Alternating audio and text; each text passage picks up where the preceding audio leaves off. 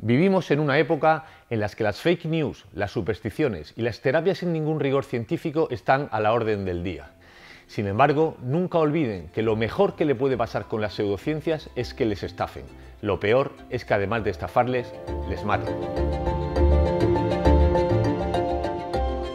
Hola, hoy Gastrociencia se desplaza al litoral, concretamente a mi querida ciudad de Águilas, para recibir a Ana Cristina Ruz, del restaurante Arrecife Restobar. Ana, muchísimas gracias por venir, es un placer tenerte en Gastrociencia. Muchas gracias. Cuéntanos, ¿qué nos vas a preparar hoy? Pues mira, en principio voy a preparar un ajo colorado, que es una receta de pescadores, una receta muy antigua, muy tradicional, con estos ingredientes que tenemos: gamba roja, rape, almeja chirla, musina, y por aquí el pimiento choricero, el ajo perejil, la patata, cebolla, azafrán, pimentón, comino, aceite de oliva y sal. Pues me has hablado de la musina. Sí. Mucha gente no la conoce. Realmente estamos hablando de una especie de tiburón que se alimenta tanto de grandes crustáceos como también de pequeños peces y pequeños moluscos. Es un pescado semigraso, rico en algunas vitaminas, normalmente liposolubles como vitamina A y vitamina E. Y además tiene algo importantísimo, que son proteínas de alto valor biológico. Son proteínas que tienen todos los aminoácidos esenciales, es decir, aquellos que el organismo del cuerpo humano no son capaces de sintetizar. Es una buena elección. Entonces, lo primero que vamos a hacer es ir añadiendo las verduras para que se vayan cociendo, para después retirarlas y hacer un majado. Perfecto. ¿Vale? Con un chorrito de aceite de oliva en crudo, con el agua, vamos a ir añadiendo lo que es la cebolla, el pimiento choricero y el tomate. Y mientras que esto se va cociendo, vamos a ir quitándole la espina a la musina, ¿vale? Las espinas me estás poniendo a prueba, porque eso no es cierto.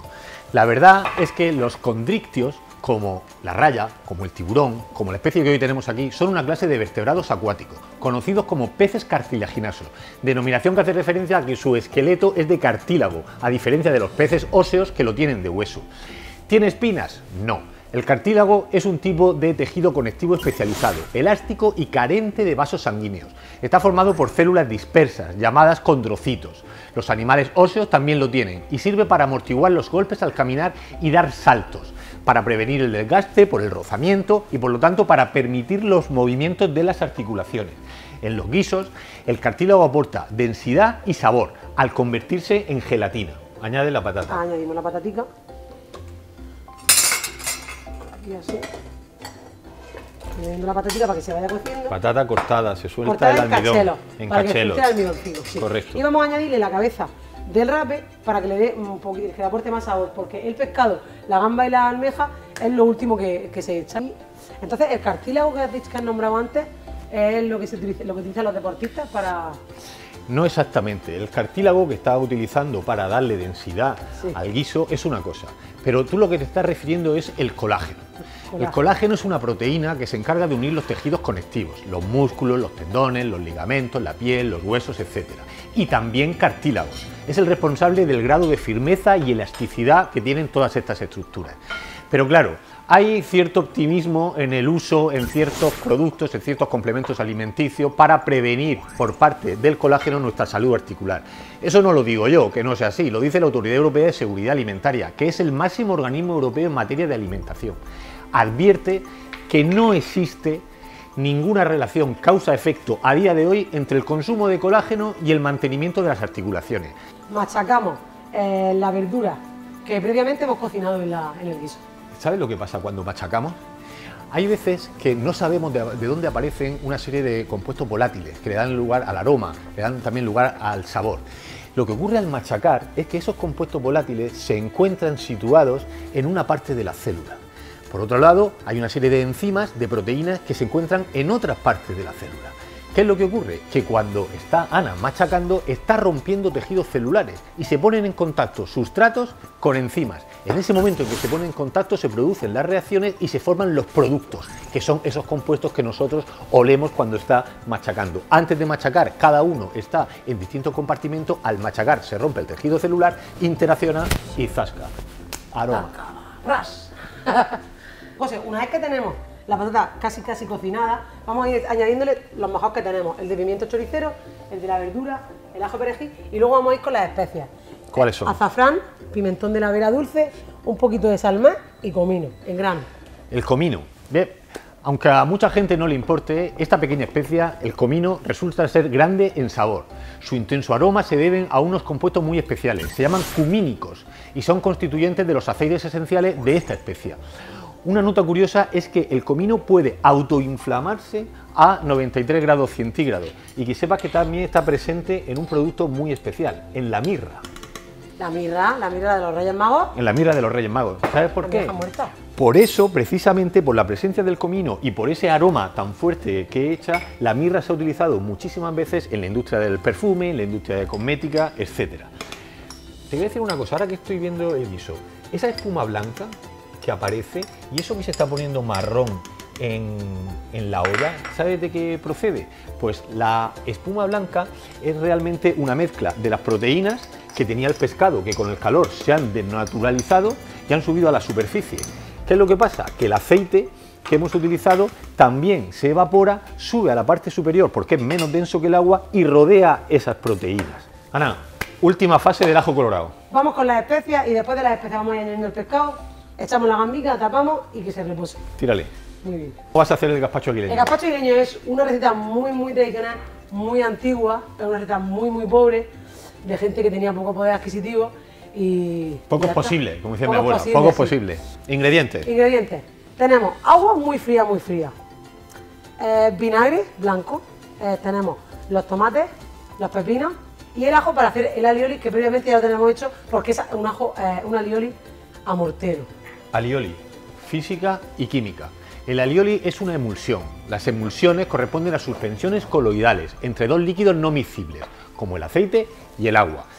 Las gotas de un líquido quedan contenidas y rodeadas en el otro, con el cual no pueden mezclarse. Para lograr que estas mezclas permanezcan estables se necesita la presencia de otro elemento. Ese elemento es el típico emulsionante. El emulsionante lo proporciona el ajo, que además de aceites esenciales tiene lecitina y compuestos derivados del azufre, como sulfuro de dialilo, como alicina, como alina. Son moléculas que tienen una parte hidrófila, le gusta el agua, y una parte lipófila, le gusta la grasa. Y ambas partes tienen la capacidad de estabilizar diminutas gotitas de líquidos acuosos en grasas. Porque a veces se corta también la alioli. Claro, eso es un problema que nos ocurre muchas veces.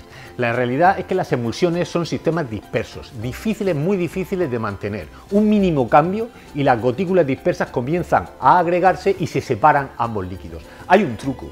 El truco que podríamos hacer es añadir un poquito de yema de huevo. ¿Por qué? Porque en la yema de huevo hay un emulsionante muy potente que es la lecitina, aunque en ese momento en realidad ya no será una alioli, sino que pasará a ser más bien una mayonesa. Ah, ¿y los sulfuros esos que habías comentado antes tienen algo que ver con la peste de ajo? Tienen absolutamente todo que ver. Ese olor es un aroma típico que desprenden el ajo, lo desprende también la cebolla. Ocurre cuando se machaca, cuando se corta, porque se rompen los tejidos celulares y se ponen en contacto normalmente enzimas con sustratos. Enzimas son unas proteínas y en ese momento se forman compuestos volátiles azufrados que tienen azufre, que son los responsables. Ahora bien, ese olor no es privativo de estas dos hortalizas. Además del ajo y la cebolla, por ejemplo, pues cuando una intoxicación de arsénico, peste a ajo. Cuando tenemos otro metal, como puede ser el teluro, peste a ajo. Pero te voy a dar una solución, un truco, que la gente, ¿cómo me puedo quitar esa peste a ajo? Pues coge hierbabuena. ¿Qué ocurre con la hierbabuena? La gente podrá pensar, y los espectadores, claro, por el olor tan intenso que tiene, sí, eso es una parte, pero la hierbabuena tiene otra cosa, que es una enzima, una proteína, se llama polifenol oxidasa, oxida polifenoles, es un proceso de oxidación. ¿Y qué es lo que ocurre? Que sirve para esos compuestos azufrados, esa misma enzima, además de atacar polifenoles, ataca al compuesto azufrado, aquel responsable del aroma, y lo que hace es degradarlo, por lo cual el aroma tan característico, esa peste, ya no se produce con tanta intensidad porque no la hemos cargado gracias a la hierbabuena. ¡Ras! Ya tenemos los picatostes que utilizamos de hogaza de pan duro y ahora vamos añadiendo el pepino. El mismo pepino que se pone la gente a veces de los ojos así para nada más, así como... Bueno, eso es una historia. Fijaos, el pepino es uno de los remedios más utilizados en cosmética, por la gran cantidad de agua que tiene, prácticamente un 90%, por aceites esenciales, por vitaminas, etcétera. Pero realmente es cierto, como tú bien has dicho, que se utiliza muchísimo y se pone en muchos tratamientos en los ojos, por el efecto reparador. Ahora bien, nos dicen siempre que pongamos el pepino antes en la nevera, antes de ponerlo en los ojos.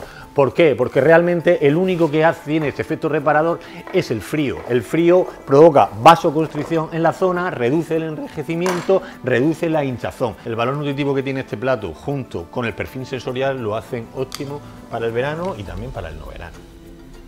Y bueno, pues ya tendríamos el gazpacho navideño, como podéis comprobar. Bueno, pues hoy, gracias a Ana Cristina Ruth del Arrecife Resto Bar de Águilas y gracias a la Universidad de Murcia, tenemos dos platos maravillosos, deliciosos, pero también donde hay mucha ciencia. Hemos hablado de bromatología, composición del pescado, hemos hablado de anatomía, hemos hablado de bioquímica, hemos hablado de medicina, pero también hemos hablado de algunos trucos que no nos convencen. Lo del pepino en el ojo, lo del colágeno para los suplementos alimenticios. Déjense de tonterías y vamos rápidamente a lo importante, a comer con ciencia y gastronomía. Muy bien.